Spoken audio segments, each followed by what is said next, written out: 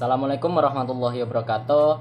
Kami dari kelompok 6 yang beranggotakan saya sendiri Chandra Agus Kalvin Saputra sebagai pemateri 1, yang kedua Dwi Susilo sebagai pemateri 2 dan 3, yang ketiga Riki Triprestia pemateri 5, dan Taufik Hikmawan sebagai pemateri 4.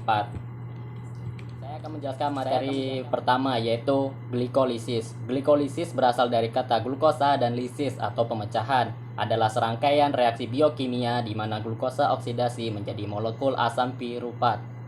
Glikolisis adalah salah satu proses metabolisme yang paling universal yang kita kenal dan terjadi dengan berbagai variasi di banyak jenis sel dan hampir seluruh bentuk organisme. Proses glikolisis sendiri menghasilkan lebih sedikit energi per molekul glukosa dibandingkan dengan oksidasi aerobik yang sempurna. Energi yang dihasilkan disimpan dalam senyawa organik berupa adenosin trifosfat atau yang lebih umum dikenal sebagai istilah ATP dan NADH. Lintasan glikolisis yang paling umum adalah lintasan Emden-Meyerhof-Parnas atau EMP, yang pertama kali ditemukan oleh Gustav Emden, Otto Meyerhof, dan Jakob Carol Parnas. Selain itu juga terdapat lintasan Ebner-Doudoroff yang ditemukan oleh Mikhail Doudoroff dan Nathan Ebner. Terjadi hanya pada sel prokariota, dan berbagai lintasan heterofermentatif dan homofermentatif. Ringkasan reaksi glikolisis pada lintasan IMP adalah sebagai berikut. C6H12O6 plus 2 ATP plus 2 NAD plus menghasilkan 2 piruvat plus 4 ATP plus 2 NADH. Ringkasan reaksi dari glikolisis, siklus asam, sitrat, dan fosforilisasi oksidatif adalah C6H12 plus 6O2 menghasilkan 6CO2 plus 6H2O plus energi. Selanjutnya B. Dekarbolisasi oksidatif yang akan dilanjutkan oleh Dwi Susilo. Assalamualaikum warahmatullahi wabarakatuh. Saya Dwi Susilo akan melanjutkan materi sebelumnya, yaitu dekarbolisasi oksidatif. Dekarbolisasi oksidatif yaitu tahapan pembentukan CO2 melalui reaksi oksidasi, reduksi atau redoks dengan O2 sebagai penerima elektronnya. Dekarbolisasi oksidatif ini terjadi di dalam mitokondria. Sebelum masuk ke tahapan siklus Krebs, oleh karena itu, tahapan ini disebut sebagai tahapan sambungan atau junction antara glikolisis dengan siklus Krebs. Pada tahapan ini, asam piruvat atau 3 atom C hasil glikolisis dari sitosol diubah menjadi asetil koenzim A atau 2 atom C di dalam mitokondria. Pada tahap 1, molekul piruvat atau 3 atom C melepaskan elektron atau oksidasi membentuk CO2 atau piruvat dipecah menjadi CO2 dan molekul berkarbon 2. Pada tahap kedua, NAD plus direduksi atau menerima elektron menjadi NADH plus H+. Pada tahap 3, molekul berkarbon 2 dioksidasi dan mengikat KO-A atau koenzim A sehingga terbentuk asetil koenzim A. Lalu materi berikutnya siklus Krebs. Siklus Krebs adalah serangkaian reaksi kimia yang terjadi pada sel hidup untuk menghasilkan energi dari asetil koenzim A, yaitu perubahan dari asam piruvat hasil glikolisis. Tahapan respirasi aerob sendiri dimulai dari glikolisis,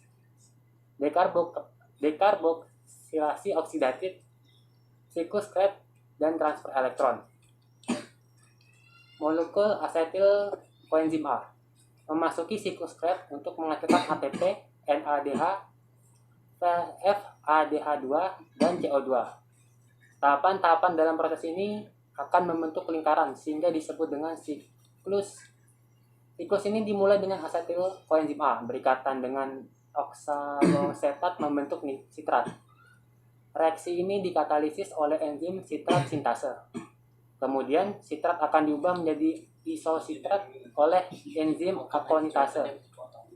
Isositrat tersebut diproses menjadi alfa ketoglutarat oleh enzim isositrat dehidrogenase. Reaksi ini melepaskan CO2 dan menghasilkan NADH. Selanjutnya alfa ketoglutarat atau A-ketoglutarat diubah menjadi suksinil koenzim A oleh enzim alfa. Ketoglutarat dehidrogenase atau reaksi ini juga melepaskan CO2 dan menghasilkan NADH. Suknisil koenzim A tersebut kemudian diproses menjadi suknisat oleh enzim suknisil koenzim A sintase. Proses ini menghasilkan GTP yang kemudian dapat diubah menjadi ATP. Setelah itu suknisat dari proses sebelumnya diubah menjadi fumarat oleh enzim suknisat dihidrogenase dan menghasilkan PADH2. Fumarat tersebut akan diubah menjadi malat oleh enzim fumarase. Malat kemudian diproses menjadi oksalosetat oleh enzim malat dehidrogenase. Proses ini menghasilkan NADH. Satu molekul asetil koenzim A yang diproses dalam siklus Krebs dapat menghasilkan 1 ATP, 3 NADH, 1 FADH2, dan 2 CO2. Karena satu molekul glukosa dapat dipecah menjadi 2 asetil koenzim A, maka satu molekul glukosa dapat menghasilkan 2 ATP, 6 NADH, 2 FADH2, dan 4 CO2 lewat siklus Krebs.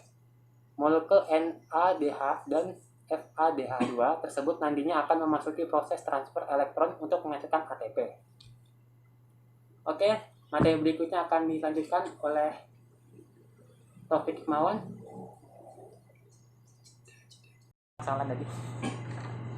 Materi selanjutnya transfer elektron. Transfer elektron adalah proses terakhir dari respirasi aerob, di mana akan dihasilkan ATP, NADH, dan FADH2 hasil dari glikolisis, dekarboksilasi oksidatif, dan siklus Krebs. Transfer elektron terjadi di membran di dalam mitokondria. Di membran ini terdapat bagian-bagian penting yang berperan sebagai penerima elektron, yaitu kompleks protein 1, kompleks protein 2, kompleks protein 3, kompleks protein 4, ubiquinon, dan sitokrom C. Proses ini disebut juga dengan fosforilasi oksidatif dan ditemukan pada tahun 1948 oleh Eugene Kennedy dan Albert Leibniz. Proses transfer elektron NADH. Molekul NADH akan melepaskan elektronnya dan ditangkap kompleks protein 1, kemudian berpindah menuju ubiquinon.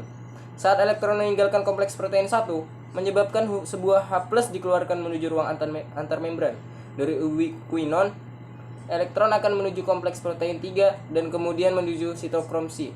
Saat elektron meninggalkan kompleks protein 3, sebuah H+ akan dikeluarkan menuju ruang antarmembran. Dari sitokrom C, elektron akan menuju kompleks sitokrom 4, yang kemudian akan menuju penerima elektron terakhir yaitu O2. Saat elektron meninggalkan kompleks protein 4, menyebabkan sebuah H+ juga dikeluarkan menuju ruang antarmembran. O2 setelah menerima elektron akan mengikat H+ dan membentuk H2O. 3 H+ yang telah dikeluarkan tadi akan masuk kembali melalui enzim ATP sintase yang berada di membran tersebut. Setiap H+ yang masuk melalui ATP sintase juga akan dihasilkan 1 molekul ATP. Jadi total 1 NADH akan dihasilkan 3 ATP. Transfer elektron untuk molekul FADH2. Molekul FADH2 akan melepaskan elektronnya dan ditangkap kompleks protein 2, kemudian berpindah menuju ubiquinon. Namun, pada tahap ini tidak menyebabkan dikeluarkannya H+. Kemudian elektron akan meninggalkan ubiquinon dan menuju kompleks protein 3, sitokrom C, dan kompleks protein 4. Saat elektron melewati kompleks protein 3 dan 4, masing-masing menyebabkan dikeluarkannya molekul H+. Jadi, hanya 2 H+ yang dikeluarkan hingga nantinya masuk kembali melalui ATP sintase dan terbentuk 2 ATP. Di akhir cerita, elektron juga akan ditangkap oleh O2 menghasilkan H2O. Selanjutnya akan digantikan oleh Ricky Tri Prasetya. Materi selanjutnya, respirasi anaerob. Respirasi anaerob adalah peristiwa pernafasan yang tidak membutuhkan oksigen untuk kelangsungan hidupnya dan memungkinkan pembentukan energi ATP. Namun, dalam proses respirasi anaerob, glukosa diperlukan untuk berfungsi sebagai substrat secara keseluruhan. Respirasi anaerob menghasilkan ATP, NADH, dan NAD+, sehingga proses glikolisis anaerob dapat terjadi. Contoh dari respirasi anaerob ini adalah fermentasi. Fermentasi adalah produksi energi yang terjadi dalam sel dan tidak melibatkan kandungan oksigen atau sitosol. Beberapa dari contoh fermentasi yang tadi adalah 1. Fermentasi alkohol. Fermentasi alkohol adalah proses reaksi mikroorganisme dalam bentuk ragi dan glukosa yang mengalami oksidasi untuk menghasilkan etanol dan CO. Tahap metabolisme ini identik dengan glikolisis, di mana dalam proses awal molekul glukosa terurai menjadi pembentukan pirufat. Kemudian akan ada 2 langkah reaksi enzimatik, yaitu reaksi modifikasi asam pirufat dalam bentuk asetaldehida dan reaksi reduksi asetaldehida dalam bentuk alkohol. Fermentasi alkohol adalah salah satu metode fermentasi yang paling sering digunakan oleh manusia sejak zaman dahulu. Fermentasi ini digunakan untuk mengolah makanan seperti roti dan minuman beralkohol. 2. Fermentasi asam laktat. Dalam fermentasi, laktat dimulai dengan proses glikolisis dan dilakukan oleh sel otot sel-sel otot dan berbagai sel lainnya. Selain itu, fermentasi asam laktat dapat difasilitasi oleh adanya beberapa bakteri asam laktat. Sekian dari materi yang dapat kami sampaikan. Mohon maaf atas kesalahan-kesalahan kata dan sebagainya yang telah kami lakukan. Kami akhiri. Assalamualaikum warahmatullahi wabarakatuh.